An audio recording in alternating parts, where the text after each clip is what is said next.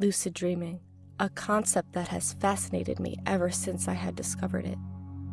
Being lucid in a dream can be of major benefit to the dreamer, but through personal experience, I've learned that it can be very dangerous. My obsession with lucid dreaming started during my early teenage years. Back then, it was only a random occurrence. Something too out of the ordinary would trigger my realization of the false environment, and then I would go on and simply do things that I wouldn't be able to do in my waking life. These included flying, walking through walls, spawning magnificent architecture into existence, and, since dreams are strongly influenced by desire, having sex with beautiful women.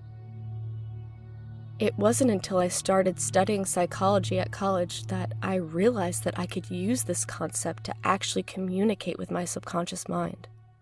I thought, since dream figures are a product of my unconsciousness, questioning them when lucidity is obtained would be like questioning your own subconscious mind. I started out with simple questions like, what do you desire the most in life? Or, what interests you the most?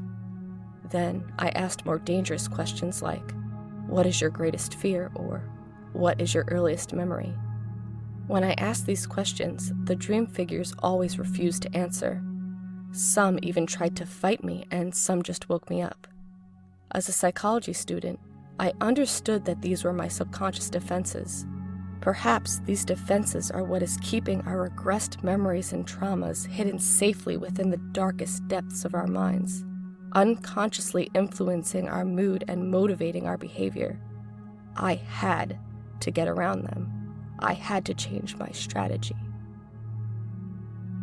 One of those random, unmemorable days, I went out to smoke after a long day of lectures. I saw a young teenager in a nearby parking lot. He had one of those remote car keys and was walking around, continuously pressing the unlock button. He was hoping a car would respond. A car did.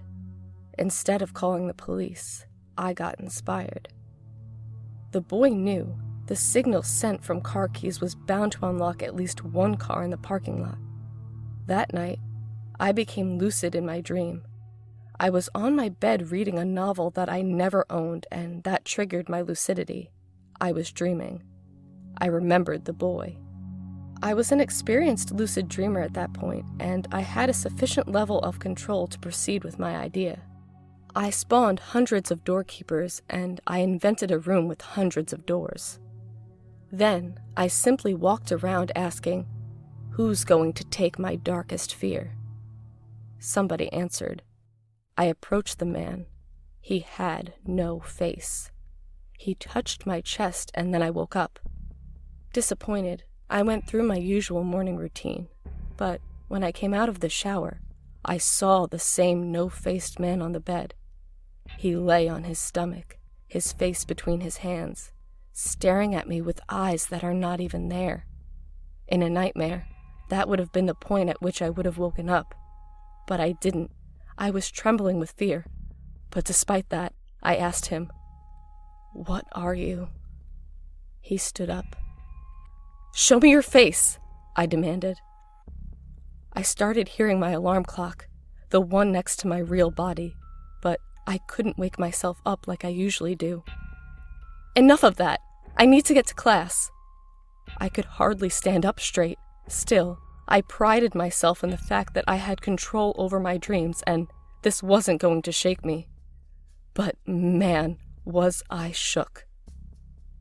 I am you. He said with no mouth. I am your temptations. His mouth appeared. I am your greed. I froze now. I couldn't move. He came closer and he demonstrated the length of his tongue. Wake up! I am your envy. He put 2 hands on my naked chest. Wake the fuck up! I am your ego. He was now licking my neck. Do you want to know my name? Just a dream. Focus. His eyes started to appear. I only am. Oh God, oh God. His hands went through my chest. I felt my heart surrendering its beat. He opened my chest and climbed into my body. I felt the heat of his presence within me, and then I saw my chest closing again. Oh no, oh God. Like breaking glass, my vision shattered and I woke up and thought, what a nightmare. I started to get ready for class, but when I looked in the mirror, I had no face.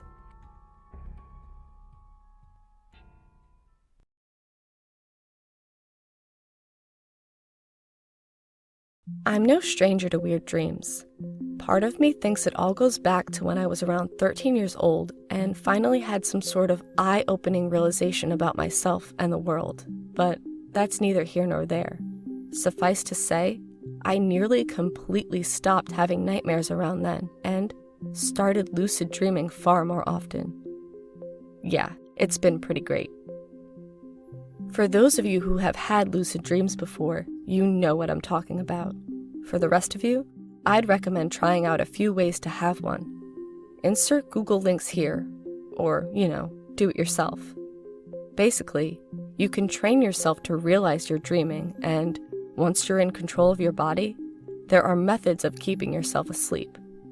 For example, some of the ways you know you're dreaming is if light switches don't work, or if you don't have a reflection.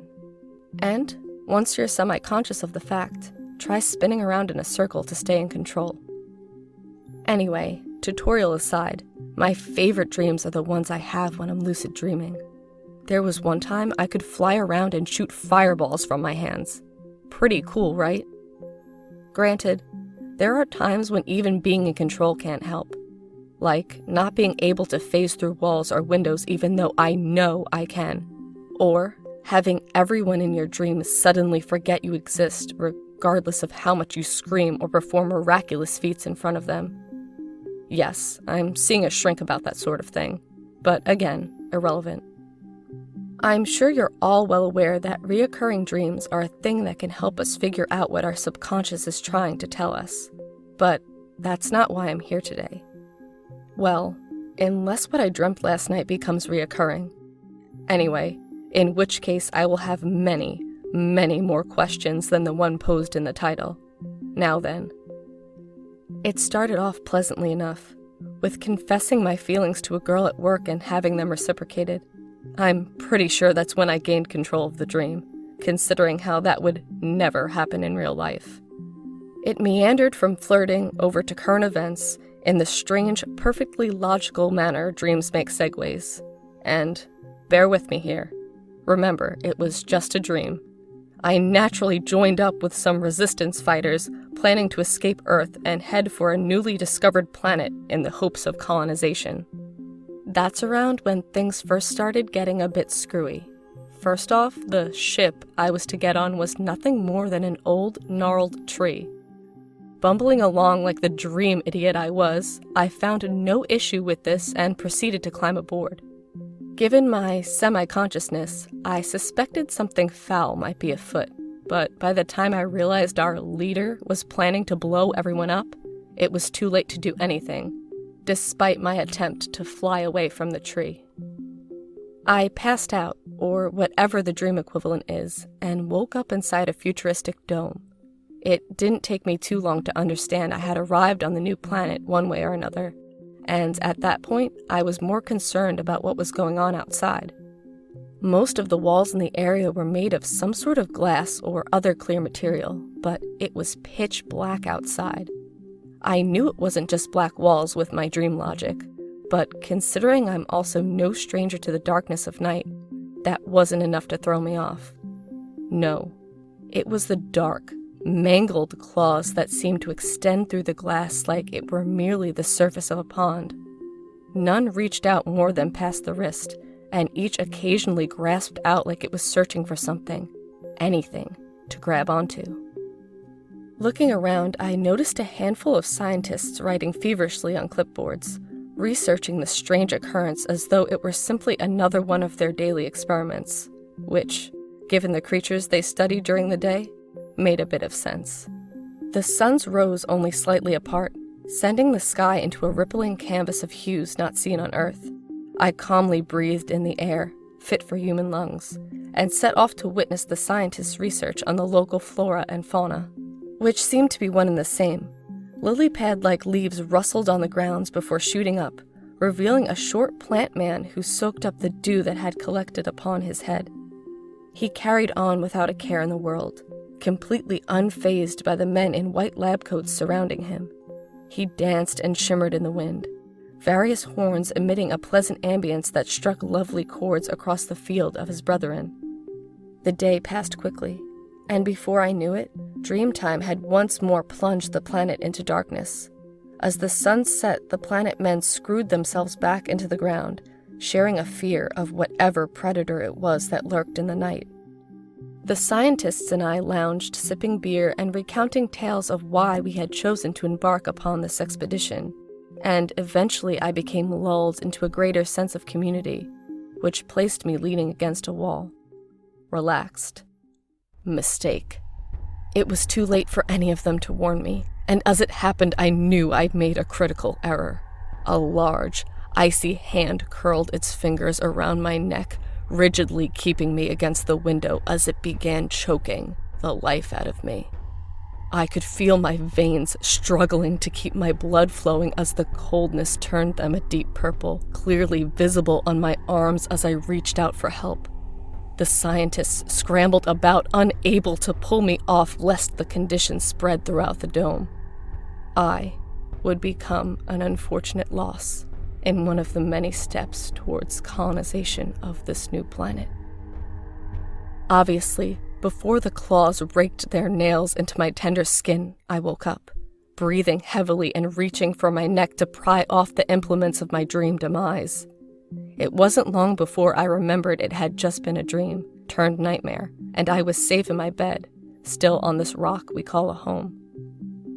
I truly do hope this dream I've had doesn't become a recurring one, though I'd appreciate any advice you all may have, especially if anyone has had similar dreams, because what's plagued me all morning is wondering if it really was just a dream.